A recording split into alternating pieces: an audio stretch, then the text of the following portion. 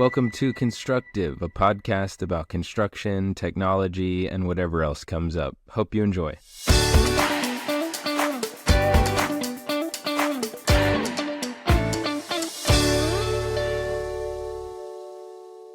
Welcome back to Constructive, everybody. Thanks for joining us. We got kind of a special guest at the last minute here. I know you were on the Contact crew talking about this exact same thing, so I'd love people to go check that episode. You went in depth there, but I want you to repeat quite a bit as well, because I think some people from my audience may not have listened. So tariffs are a big thing, and I don't want to get political either, but they're affecting our industry, and you guys have come up with a tool that's pretty awesome, and you're giving it away. Can you talk about the motivation behind that and what it's going to do for people? Yeah, absolutely, Seth. Thanks for having me. And yeah, of course, I've been on some other podcasts recently, but the whole point of this is to try and get the word out right now because I think our industry is at a risky moment. I've been around long enough to see, how in other circumstances the industry's by and large been resilient and come through, but I've also seen some of the consequences of folks not, being prepared for situations like what we have before us now. So really the goal is to help the industry through this really risky time. So we can talk about tariffs and we can talk about, why they're important, but at a high level, everyone's talking about that construction costs are going to go up. So, that's one thing.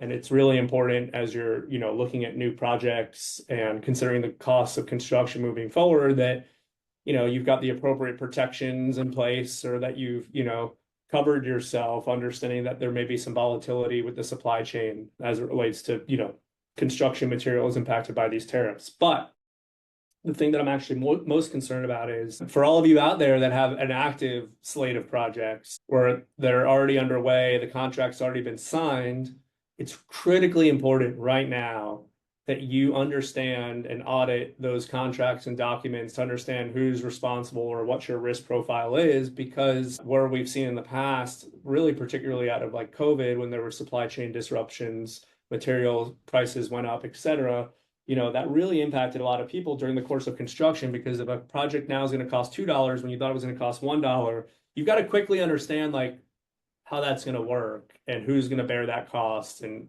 kind of get ahead of it. So knowledge is power again. And that's like what I believe is like mostly time sensitive for you out there.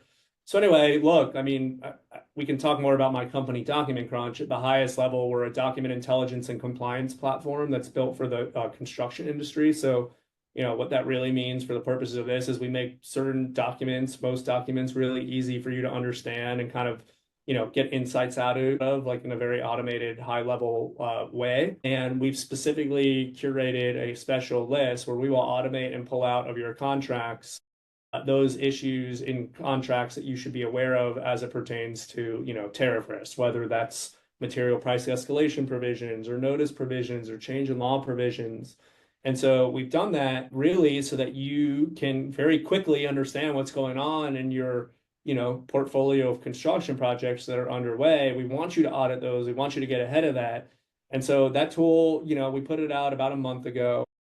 It proved to be very popular with our customers. They were very grateful that we'd made that available. And of course, Seth, I didn't say this, but I mean, the background is we use AI to help, extract and automate these critical provisions. And so, imagine you upload your document and we can just pull out all these relevant provisions. So that started taking off with our current customer base, and we were really happy to see those results.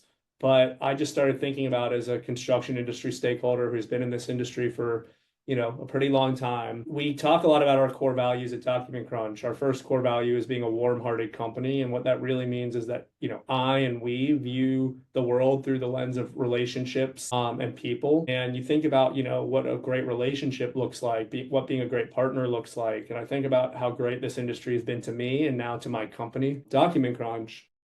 And I was just doing a little thinking a few weeks ago, like, what we're doing is not enough. Yes, we're helping our customers. Yes, it's a great solution, but it wasn't enough. So we decided to do something a little bit unconventional, which is we've made this available for everybody, whether you're a customer or not, for free. Our tariff risk assessment tool is free to use. Of course, it's not meant to be free forever. It's not meant to be like a free license for, for all time. But during this critical window, when you need to audit your contracts, you need to understand what those tariff assessment risks are. You can use our product or software now for that purpose. We just ask that you come sign up. I'm sure you'll post the pertinent information, Seth, but you can go to our website and sign up, or you can go through Seth's post and sign up. And yeah, we're giving it away for free. We want to help you. Knowledge is power. Preparing yourself for during this time is power. And so we're trying to give the industry as much power as we can to hopefully and definitely navigate what's otherwise a very risky time. So true. And thanks for doing that. Thanks for having a heart for the industry and wanting to give back. I know today the world is filled with people who seem to take and not give back. So it's just a special exception to hear like a founder of a tech company like you do stuff like this. But I think it's also a great opportunity for people to get their feet wet, especially in our industry, in terms of like, I've never even thought about using tech or AI at all. Maybe they are reviewing their contracts on paper still. I think there's people out there like that. And hey, here's a chance to stick a PDF into a tool that has some AI built into it and check out what it does and find out if you think it's powerful. I agree. And look, I mean, as you know, Seth, we've kind of had some pretty epic growth here at Document Crunch over the last several years because we are making that very painful process very easy in a much more robust way than just this tariff assessment tool that we've made available. I mean, we've now got not only people using us for their contracts, but specifications and project teams using us and automating like giving notices for the terms of the contract. I mean, we're doing an awful lot across the entire platform, across the whole project lifecycle. But to your point, I mean, look, yes, we want to be that great partner. We want to give back. Even if you were inclined to be more business minded in this time for our industry, for you out there, here's the deal. A healthy industry over the long run benefits all of us stakeholders. So anything that we can do to Amen. lift up the industry during this uncertain time is not just being a great partner, but also has the long-term benefit of the construction industry thriving over the long run. I certainly have a vested interest in that, as do you, as does frankly probably anybody listening to this podcast. Yeah. So you think this is a great time to ask, what can you do to help? I recognize that not everybody has something that can help, but I think that in times like these, just like in personal life or just like in running a company, when the chips are down, it's really easy, when things are just going well, for me to run around and high five everybody who's in my office here in Atlanta today, yell out in the hallway, ring the bell. Actually, we just had a sale while we're sitting here. It's really easy to do that. But it's much harder and it means a lot more when you can show up and put those values to test or have a backbone or whatever you want to call it when the chips are down. And so I do think it is extra important. It's something that I kind of always look in the mirror and try and challenge myself. Like, am I just a fair weather leader? Or am I like, do I embody what I talk about Hmm. when times are tough? And so we take the same attitude toward the industry. We want to be a great partner. We want to be a leader here. We take our leadership in this space very seriously. So what better way than to give back when the times are tough for our industry? 100%. I love it. I really only have two main topics to cover until we're done here. One of them is just if AI were an employee of yours, how much control of the company would you give it? How much do you trust AI now, is basically the question. That's a great question. And so here, look, and again, we've been around a long time now that we've had quite a bit of growth. I'll say, I feel comfortable owning that we've gone pretty mainstream in the construction industry. Many of the most sophisticated contractors are using us. Plenty of small ones are using us. I mean, we really run the gamut. We have, other stakeholders using us, architects, engineers, insurance carriers, so it really runs the gamut. Let me tell you what I typically, when I walk into an E&R top contractor's office, which we have, many of them now using us. Oftentimes I sit down with the chief legal and the CIO or the COO and we talk about these questions. And Seth, honestly, the technology has increased so much over the 6+ years that we've been doing this that it's gotten even better. But here's a refrain that I've been comfortable saying for a pretty long time. Is this AI better than the greatest lawyer or the greatest executive, like at the very top of the company? No, it's not going to replace them. Do I feel very comfortable for the jobs that we help automate that this is better than every other person at your entire company right now is currently constituted? Yes, I do. And so I guess to answer your question, it really depends on the task. But in many cases, including cases that our industry otherwise considers to be pretty sophisticated or, hard to do by many people, we've gotten very comfortable that this is maybe not the best person in the world, but better than most people out there. And that's Right. pretty And that's pretty powerful when you're talking about scaling true. and When you got to the nuance of my question, because really I'm getting at the point that like I believe AI can do my own job about 80% as good as I can. And I trust it to kind of be my collaborator on most of my work, but then I take it the last 20%. Because I think like you were talking about, there's the top 10% or whatever of attorneys, like you're not going to replace them with AI. I think it's that last final bit, the quality control that I want to attach myself to that like, hey, if I can get either become such an expert that I'm undeniable and ChatGPT cannot beat me at what I do, or I need to be really good at taking that 80% to 100%. ChatGPT gives us, or AI gives us 80%. I want to be able to take it to the 100%. Is this lining up with your experience? absolutely. And that's what I would argue. Like, unless you go in God mode and you just work in a total vacuum, then you have some level of collaboration or supervision or teamwork involved. And in those cases, this is an outstanding assistant. It may not replace the entirety. It's not job automation, but it certainly is task automation. And that's exactly right. I mean, we've geared our product. We don't want it to be a full replacement. So when you ask how much I trust, AI, I trust AI to handle certain portions of work that maybe otherwise I would have been supervising a human all the Mm. same, but now I'm supervising a much faster, more accurate, more reliable, doesn't go on vacation, doesn't call out sick, didn't eat too much for lunch, and is feeling lethargic, like whatever, I now have that collaborative experience there, and that is very powerful, just as you described it. And what you're alluding to obviously can take us into a state of fear. So give me some hope here. Like, is it going to take all our jobs? How do we make sure it won't? Task automation, not job automation. Here's what I will say, Seth, and again, we've gone mainstream. The companies that are thriving right now, including the individuals that are thriving right now, are those that have taken our, I'm going to say the word, our imperfect technology. It's not perfect, but you know who else is imperfect? Humans, but have taken our imperfect technology, bent it, shaped it, built processes, standard operating procedures, best practices, and now have used it to amplify their prior jobs. That's the magic. So rather than a replacement of your job, imagine an amplification of your job because certain tasks you now don't have to worry about as much, meaning that you have more job to do in other areas. And that's where I think, no, I don't see it taking all of our jobs. I do see it reshaping some of what our job definitions are. But if you get ahead of it, you could be a part of that shaping process now. And Yeah. that we're seeing companies and individuals thrive. I mean, we have numerous of our customers where people now have been promoted because of this, because they've introduced like innovative, better ways to manage a construction operation using technology like Document Crunch.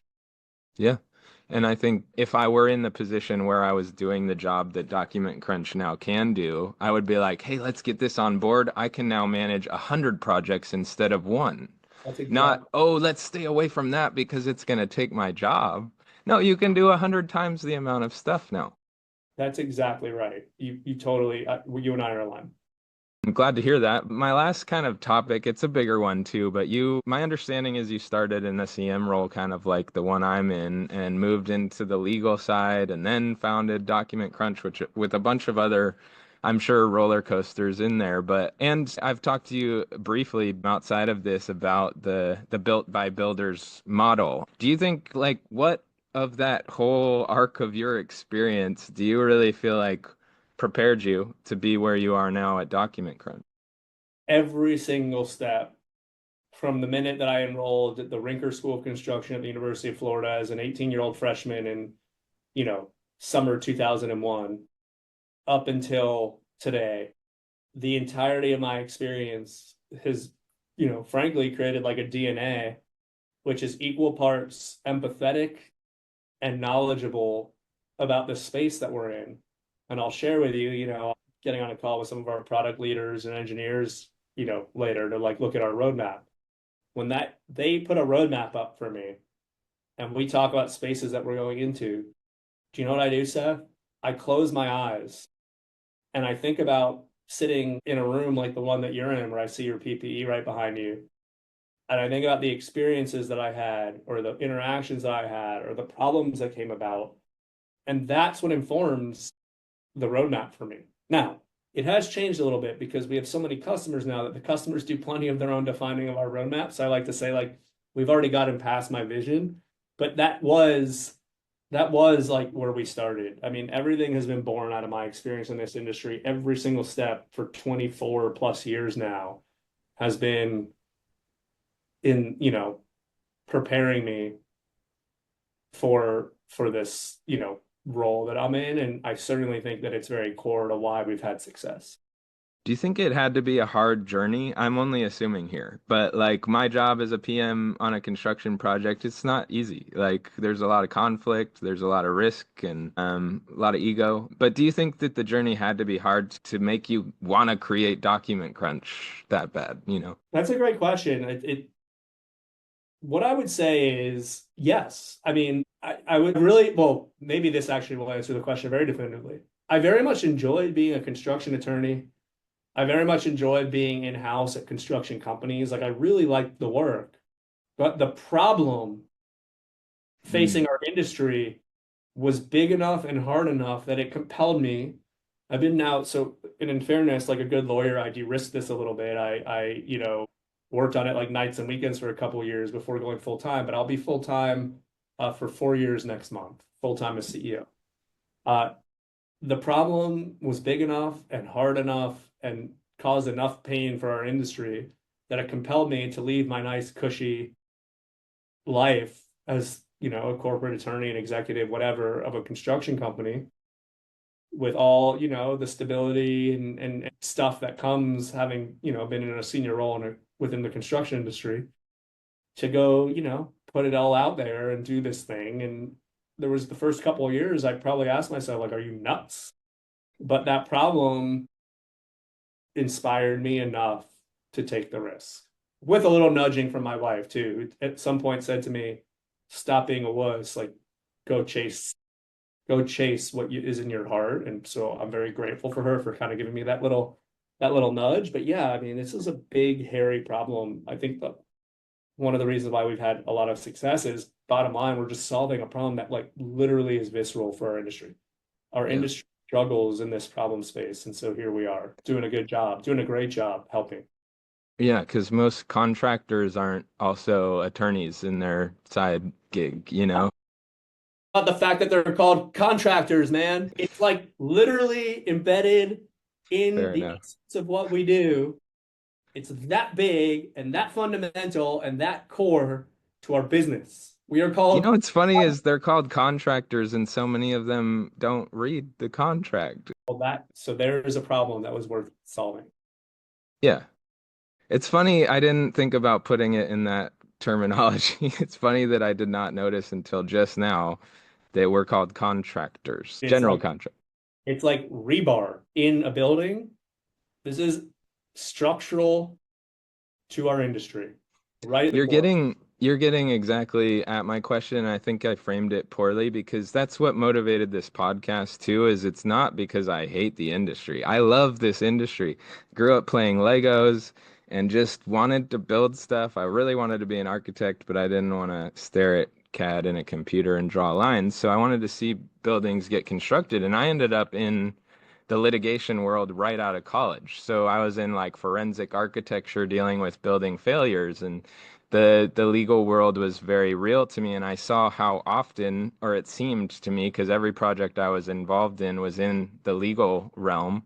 So it seemed to me like tons of these construction projects are ending up there. Why is this? And the other problem is everybody loses in those scenarios. And there's just like, yeah, attorneys win, I get it. But in my opinion, they're not really winning because I think winning is about doing good in the world. And I think that litigation is a crappy thing. Yeah, is that kind of, do you feel like you're solving this problem, I guess?